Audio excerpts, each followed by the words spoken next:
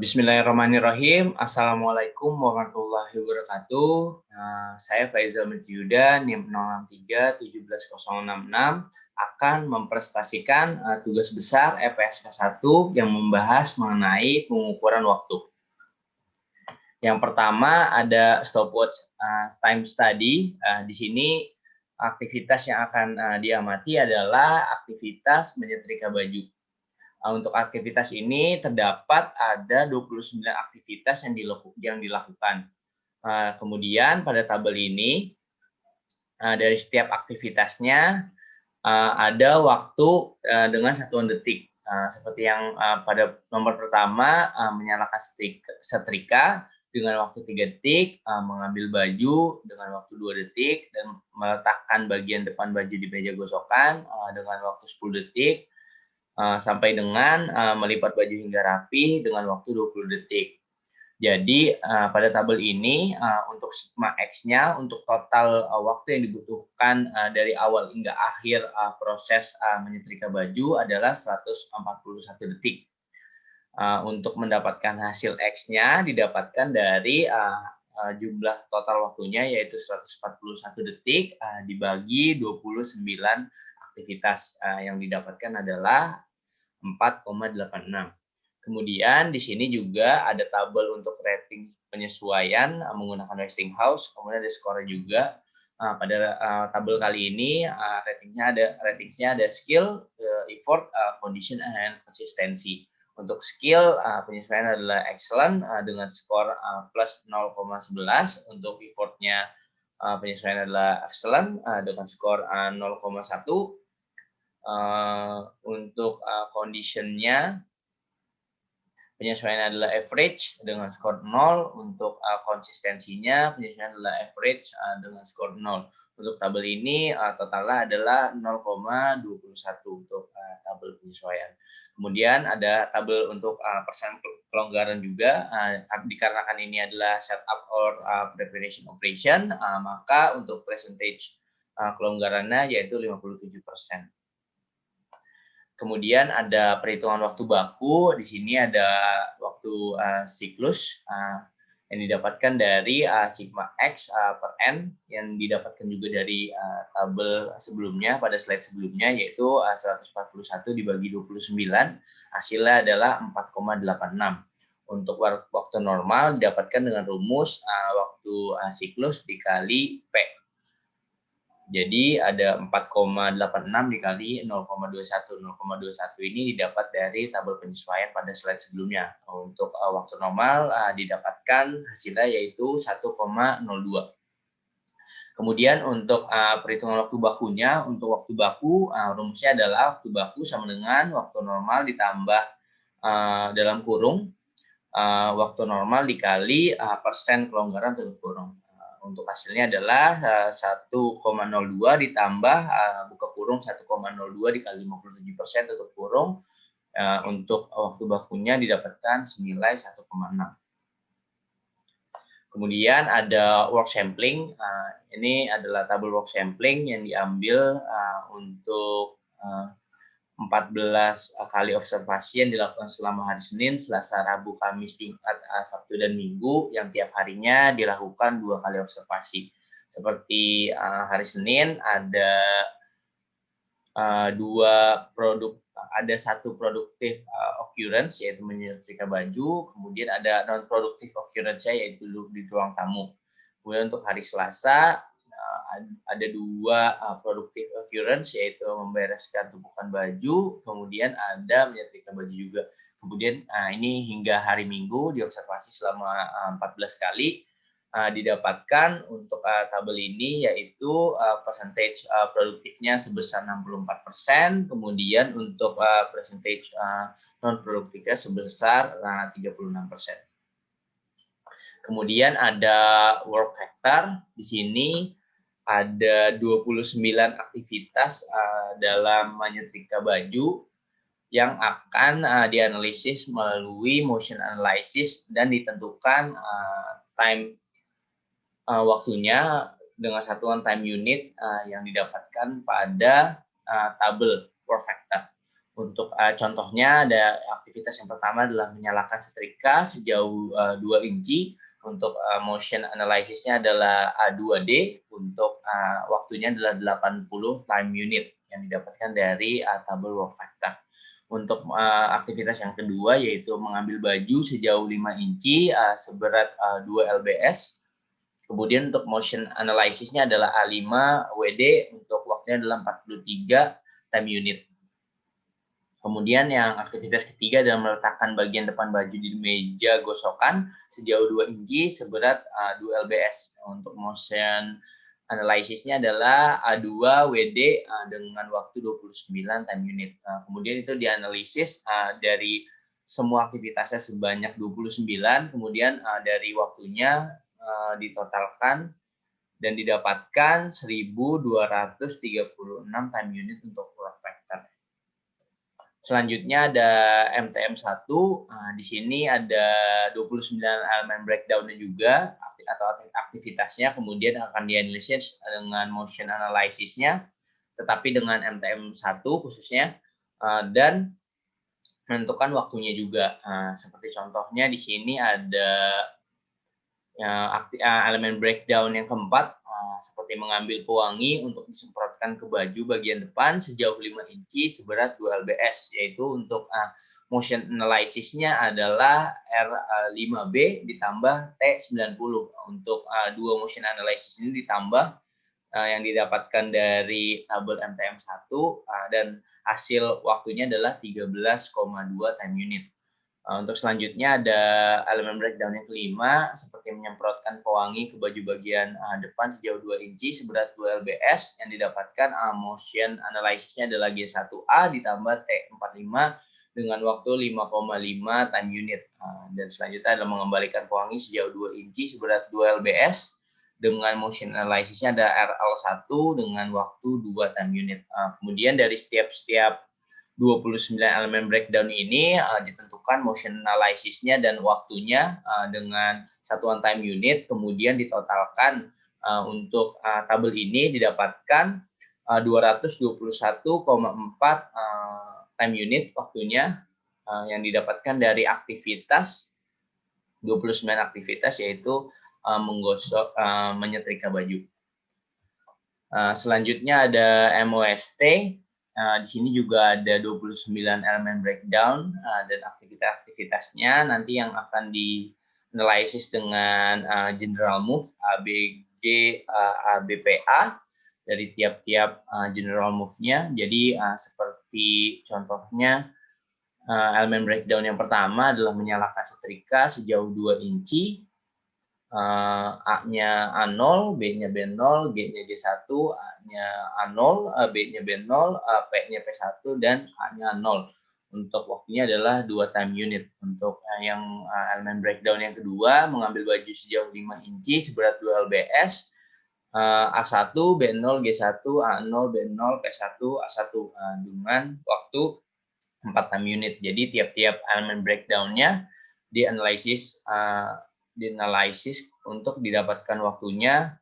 Kemudian ada pada tabel ini juga mendapatkan total indeks yaitu 104 dari keseluruhan waktu 29 aktivitasnya. Kemudian untuk mendapatkan waktu totalnya dari total indeks sebesar 104 dikali dengan jumlah aktivitasnya yaitu 29, dan hasilnya yang didapatkan adalah 3016. Baik, di sini saya akan melanjutkan presentasinya setelah sebelumnya melakukan pembahasan mengenai pengukuran waktu baku. Di sini selanjutnya akan melakukan pembahasan mengenai studi gerakan dan ekonomi gerakan serta peta kerja keseluruhan yang telah dibuat. Sebelumnya akan ditampilkan terlebih dahulu untuk video aktivitas ataupun kegiatan yang dilakukan untuk kedua materi tersebut.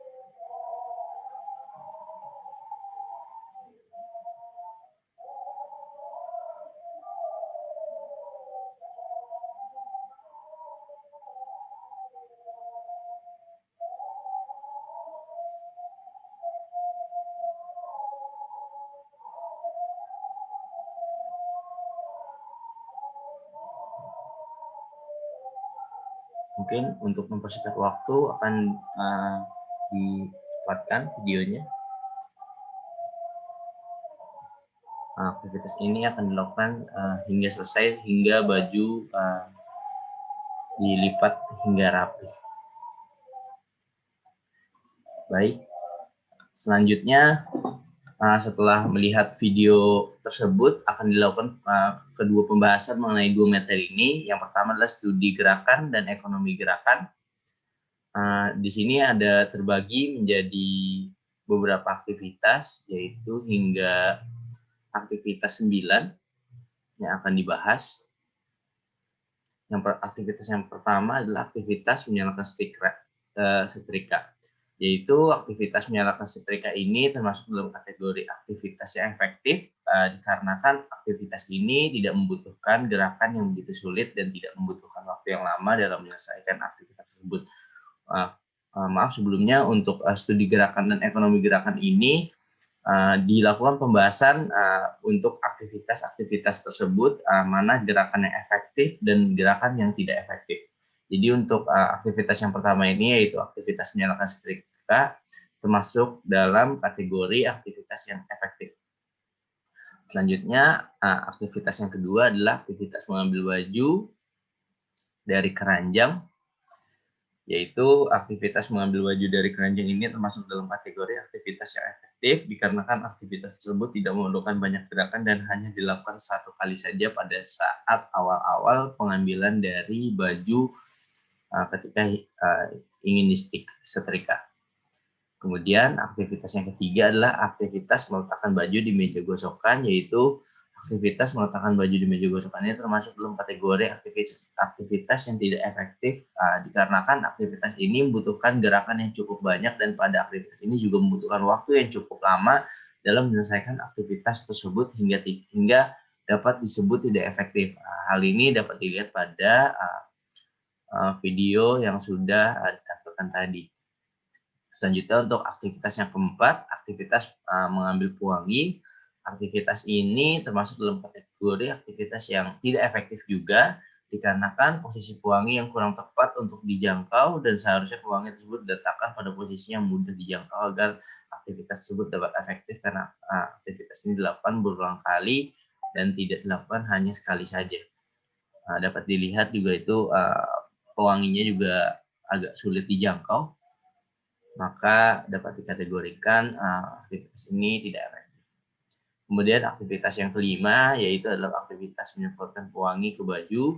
Aktivitas menyemprotkan pewangi ke baju ini termasuk dalam kategori aktivitas yang efektif dikarenakan aktivitas ini tidak banyak melakukan gerakan dan hanya cukup meratakan semprotan pewangi ke semua bagian baju. Kemudian aktivitas yang keenam adalah aktivitas menggosok baju. Aktivitas menggosok baju ini termasuk dalam kategori aktivitas yang efektif dikarenakan aktivitas ini walaupun melakukan cukup banyak gerakan, tapi gerakan-gerakan tersebut memang diperlukan dan menghasilkan hasil yang baik dalam menggosok baju tersebut. Jadi aktivitas ini termasuk dalam kategori aktivitas yang efektif. Untuk aktivitas yang ketujuh adalah aktivitas mengembalikan pewangi. Sama seperti aktivitas pengambilan pewangi, ini dapat dikategorikan tidak efektif dikarenakan posisi dari pewangi sulit dijangkau dan dilakukan secara berulang kali dan dapat menimbulkan operator kesulitan dalam menjangkau. Selanjutnya aktivitas yang ke-8 adalah aktivitas mematikan setrika, yaitu aktivitas ini termasuk dalam kategori aktivitas yang efektif dikarenakan aktivitas ini tidak membutuhkan gerakan yang begitu sulit dan tidak membutuhkan waktu yang lama dalam menyelesaikan aktivitas tersebut. Aktivitas ini sama seperti aktivitas menyalakan setrika.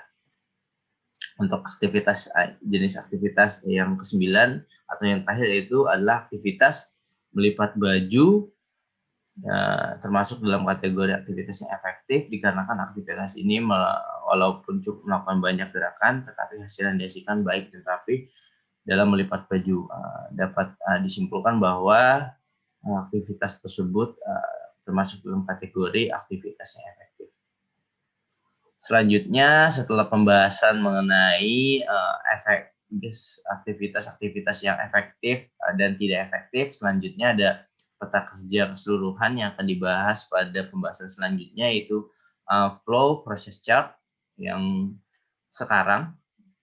Kemudian ini dapat dilihat juga pada layar. Di sini ada location, activity, date, operator, circle operator, method and type, kemudian method dan type-nya. Kemudian di sini juga terdapat operasinya 14, transportnya 16, delay-nya 0, inspection-nya 0, storage-nya 0, kemudian total waktu yang dibutuhkan adalah 2,38 dalam menit. Kemudian selanjutnya di sini terdapat deskripsi dari aktivitas-aktivitas yang dilakukan. Ada sebanyak 29 aktivitas yang dilakukan dan ada beberapa kali yang diulangi, makanya terdapat ada 29 aktivitas di sini. Kemudian itu juga ada tertera juga simbolnya, yaitu ada prosesnya, kemudian ada transportasi di sana. Kemudian untuk penjelasannya pada flow process chart yang sekarang ini terlalu banyak proses yang berulang kali dilakukan oleh operator yang dapat mengakibatkan membutuhkan waktu lebih lama dalam menyelesaikan aktivitas tersebut. Padahal proses dan transportasi tersebut ada yang dapat dilakukan secara bersamaan agar tidak terlalu memakan banyak waktu. Jadi pada aktivitas-aktivitas yang terjadi pada flow process chart ini ada yang dilakukan berulang kali yang mengakibatkan waktu yang dibutuhkan lebih lama. Kemudian untuk flow process chart usulannya agar mempersingkat waktu tetapi tetap memperhatikan hasil yang dihasilkan. Ini dapat dilihat juga untuk operationnya 10, transporter 8, delay-nya 0, inspection-nya 0, storage-nya 0, dan time-nya sebesar 1,95, jadi untuk waktunya lebih singkat. Kemudian di sini untuk aktivitas-aktivitasnya dipersingkat, tetapi tetap memperhatikan untuk hasil yang dihasilkan. Di sini terdapat dikurangi menjadi hanya 19 aktivitas yang sebelumnya dilakukan terpisah, tapi ada beberapa aktivitas yang dapat dilakukan secara bersamaan. Jadi untuk waktu yang dibutuhkan lebih singkat dan hasilnya juga tetap maksimal. Pada flow process chart, usulan ini dilakukan pengurangan operasi dan transportasi agar mengurangi waktu yang dibutuhkan untuk menyelesaikan aktivitas tersebut. Beberapa operasi dan transportasi yang dikurangi akan digabungkan dengan operasi dan transportasi lain yang dapat dilakukan secara bersamaan. Pada flow process chart usulan ini juga ditambahkan inspeksi agar memastikan apakah baju tersebut sudah tersetrika dengan baik dan rapi atau belum. Di sini untuk inspeksinya adalah mengecek kembali apakah baju sudah tergosok dengan rapi atau belum. Oke, selanjutnya ada flow chart yang sekarang, yaitu ada banyak sekali aktivitas yang terjadi di sini. Cukup banyak, jadi untuk flowchart ini terlalu banyak operasi atau kegiatan dilakukan oleh operator yang mengakibatkan aktivitas yang dilakukan membutuhkan waktu lebih banyak dalam menyelesaikan aktivitas tersebut. Pada flowchart yang sekarang ini juga tidak terdapat inspeksi yang dilakukan oleh operator. Jadi untuk usulan dari flowchart yang dapat diusulkan adalah dilakukan perbaikan dengan mengurangi operasi-operasi yang dilakukan berulang kali oleh operator dengan menggabungkan dengan proses lain agar aktivitas tersebut dapat diselesaikan dengan waktu yang lebih cepat dan efisien. Pada flowchart usulan ini juga ditambah inspeksi untuk mengecek apakah baju tersebut sudah disetrika dengan baik dan sudah rapi atau belum. Di sini juga dapat dilihat pada flowchart-nya lebih singkat dan lebih padat. Di sini juga ditambahkan dengan inspeksi untuk memastikan apakah baju yang sudah disetrika sudah dalam keadaan baik atau sudah dalam keadaan rapi atau belum. Baik, cukup sekian presentasi dari saya. Kurang lebihnya mohon maaf. Wassalamualaikum warahmatullahi wabarakatuh.